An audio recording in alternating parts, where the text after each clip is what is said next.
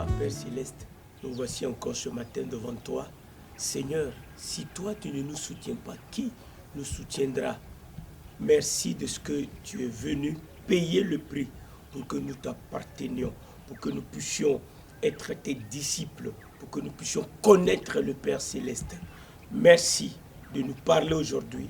Quand la situation est complexe, tu deviens encore plus notre rempart, tu deviens encore plus notre secours qui ne manque pas dans la détresse. Tu es en train de guérir nos corps malades, tu es en train de nous fortifier, tu es en train de pourvoir nos besoins. Tu es notre appui et notre refuge dans le nom de Jésus-Christ. Père Céleste, nous te louons, nous te glorifions, nous t'adorons. Merci de nous permettre de te connaître en tant que notre Père qui est amour, au nom de Jésus. Amen. Amen. Bonjour à tous, bienvenue à cette dévotion. Quel privilège d'être à nouveau encore avec vous pour la méditation de la parole de Dieu.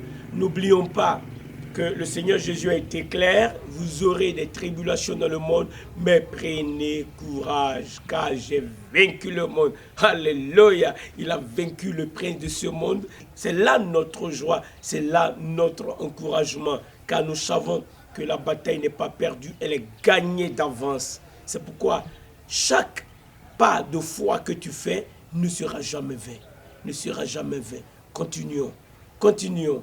Proclamons la Seigneurie de Jésus et méditons la parole. Remplissons-nous de la parole de Dieu. C'est pourquoi aujourd'hui, dans Ésaïe, le chapitre 53, nous terminons avec le verset 10. Le verset 10, ne terminons pas le chapitre aujourd'hui. Le verset 10.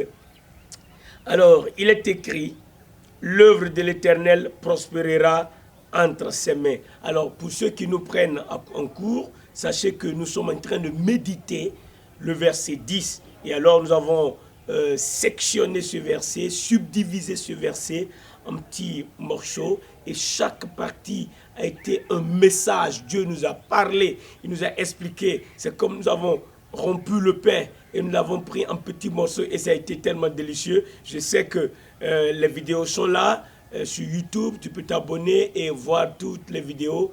Le Seigneur va utiliser cela pour te bénir. Toi qui suis ces vidéos, tu peux les garder et repasser en revue, méditer et demander à l'Éternel de t'expliquer, de permettre à ce que cette parole soit descendue dans ton cœur et que tu puisses la mettre en pratique. Parce que c'est ça l'idée, mettre cela en pratique. Au moment où tout est compliqué autour de nous, au moment où nous sommes opprimés de toutes parts, nous n'oublions pas que le socle sur lequel nous sommes arrêtés, c'est Christ. Et ce qu'il a fait pour nous, c'est ça qui nous encourage. C'est ce que Christ a fait. Le fait qu'il ait accepté de livrer sa vie m'encourage. Parce qu'il n'a rien fait, mais il a choisi de souffrir comme ça. Cela m'encourage. Cela t'encourage. Cela doit t'encourager. Amen. Alors, l'œuvre de l'Éternel prospérera entre ses mains. C'est merveilleux de le savoir. C'est donc l'œuvre de l'Éternel implique la volonté de l'Éternel. Et alors, la volonté de l'Éternel sera accomplie. Et quand nous prenons donc Éphésiens, rapidement en prenant Éphésiens, le chapitre 1, nous pouvons lire à partir du verset 4, en lui, c'est-à-dire en Christ, Dieu nous a élus avant la fondation du monde pour que nous soyons saints et irrépréhensibles devant lui, nous ayant prédestinés dans son amour à être ses enfants d'adoption par Jésus-Christ, selon le bon plaisir de sa volonté.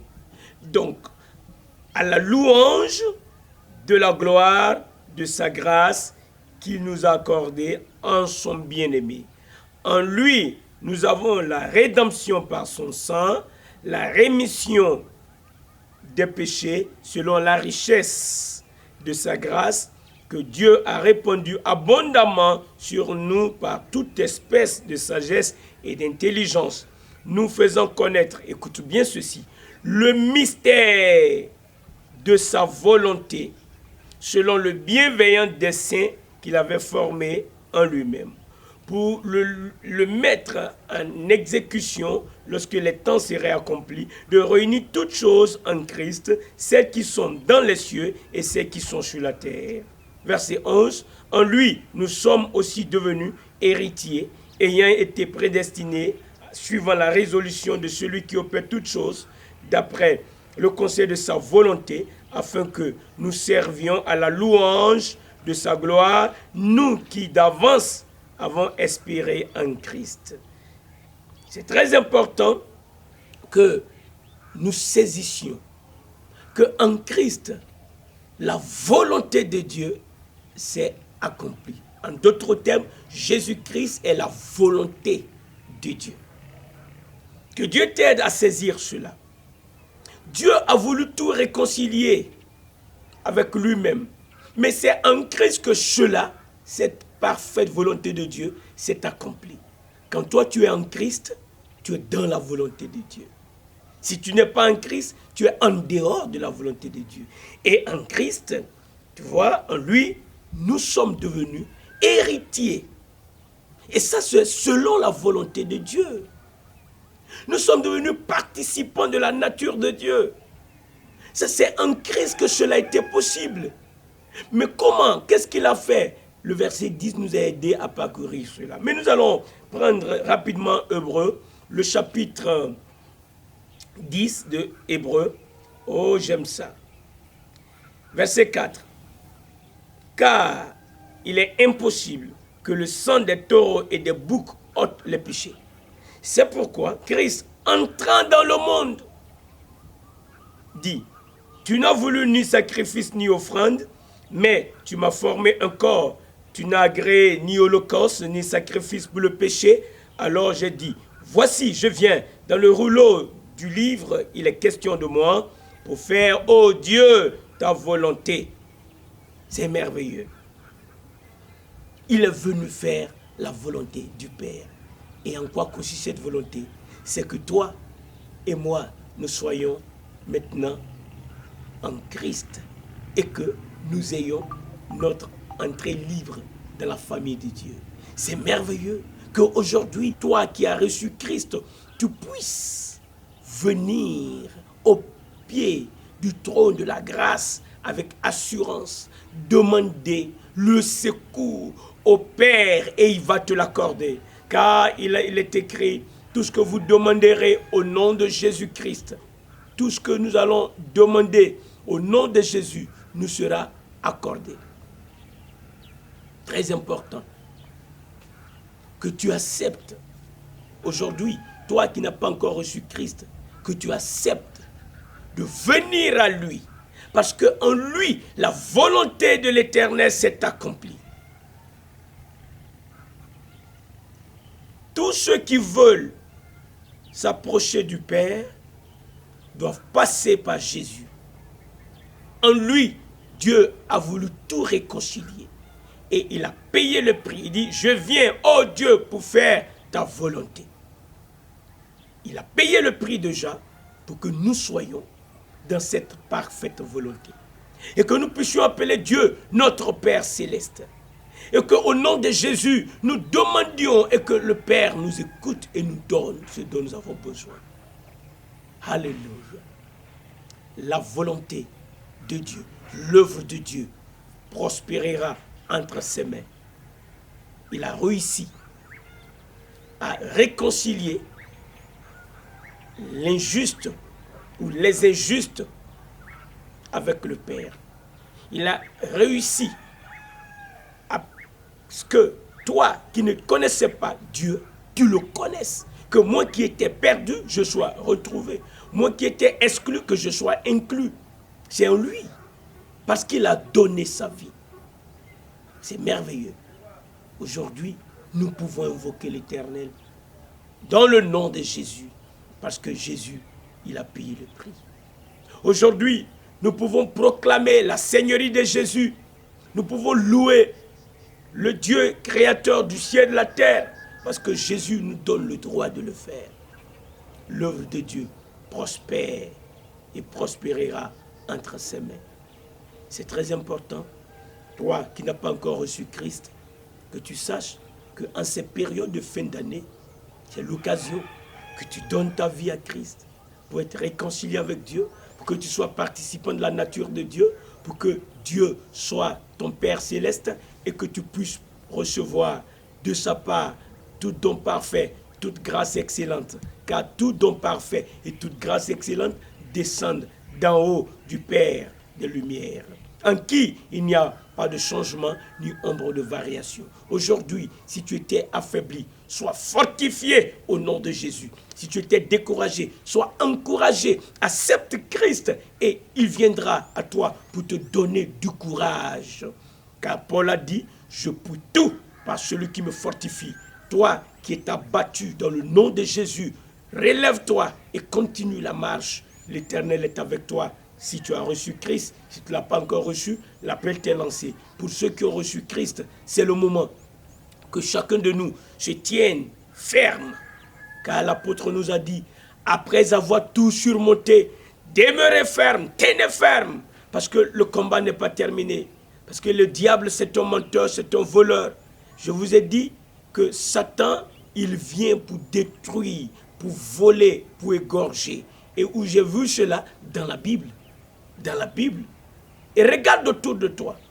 Regarde comment la situation est devenue chaotique partout.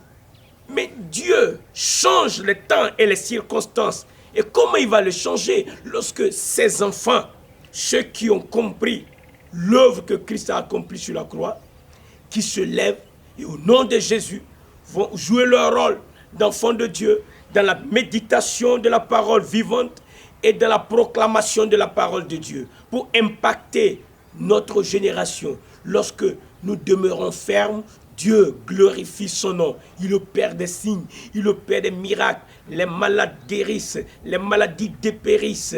Et tout ce qui a été envoyé contre toi comme malédiction, tout cela est détruit. Et l'on verra que l'Éternel est vivant. C'est pourquoi tu ne vas pas finir cette année en catastrophe. Tu ne vas pas finir cette année dans la cacophonie, dans le chaos. Non, tu vas finir cette année dans le nom de Jésus, dans la paix, dans la sérénité, dans la confiance. Car, souviens-toi, pendant même que notre Seigneur Jésus était sur la croix, il a eu le temps de dire, Père, entre tes mains, je remets mon esprit. Il a eu le temps de prier pour ceux qui l'ont crucifié, ceux qui étaient en train de se moquer de lui. Il a dit, ne retiens pas ce péché, pardonne-leur, car ils ne savent pas ce qu'ils font.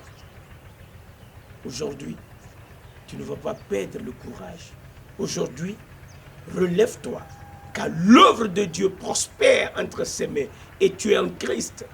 Il a payé le prix pour te réconcilier avec Dieu. Tu es en contact avec Dieu. Dieu a déposé en toi le ministère de la réconciliation. Lève-toi et fais l'œuvre dans ta famille, dans ton quartier.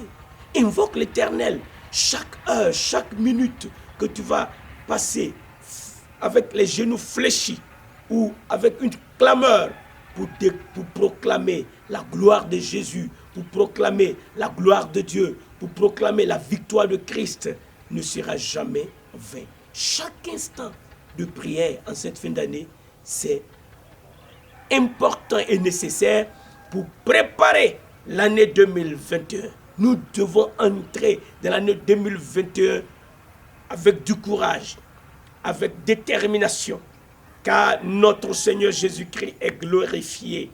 Il a réussi, il n'a pas échoué. Nous qui le suivons, nous n'échouerons pas. Nous qui croyons en lui, il a fait de nous plus que vainqueurs. C'est pourquoi 2021, au nom de Jésus, sera le plan de Dieu pour ta vie. Le plan du diable sera froissé et le plan de Dieu sera accompli. À ton niveau, malgré tout ce qui se passe autour de toi, sache que Dieu a un plan pour ta vie. Il dit, je connais les projets que j'ai formés sur vous. Ce ne sont pas des projets de malheur, mais ce sont des projets de paix, afin de vous assurer un avenir. Dieu est à l'œuvre dans ta vie. Lève-toi proclame-le, glorifie son nom. Prions. Père, au nom de Jésus, nous te louons de ce que ton œuvre prospère, ta volonté est accomplie. Nous sommes réconciliés et nous pouvons maintenant servir de canal pour que d'autres aussi soient réconciliés. Merci de ce que maintenant, dans nos corps, dans le nom de Jésus, la base des maladies, de l'infirmité est détruite. Nos sangs sont purifiés. Le diabète s'arrête. Le cancer s'arrête. Quel que soit le nom de la maladie, elle s'arrête. Merci Seigneur. Tout esprit d'infirmité, quel que soit le nom de la maladie, fléchit devant Jésus-Christ. Parce qu'il n'y a aucune maladie qui soit incurable pour Christ. Il a versé son sang. Il a été blessé. Par ses blessures, nous sommes guéris. Il est l'Éternel qui pourvoit à tous nos besoins selon sa richesse, avec gloire et en Jésus-Christ. Il pose sa main et les malades sont guéris. Il dit et la chose arrive. Il ordonne et la chose est exécutée. Il est l'Éternel des armées. Quand il s'élève, ses adversaires tombent et fuient. Ses ennemis fuient devant sa face. Éternel, un nouveau jour commence. Nous voici entre tes mains. Donne-nous la grâce de pouvoir vivre cette coudée d'aujourd'hui dans ton amour, dans ta protection et dans ta victoire. Au nom de Jésus. Amen.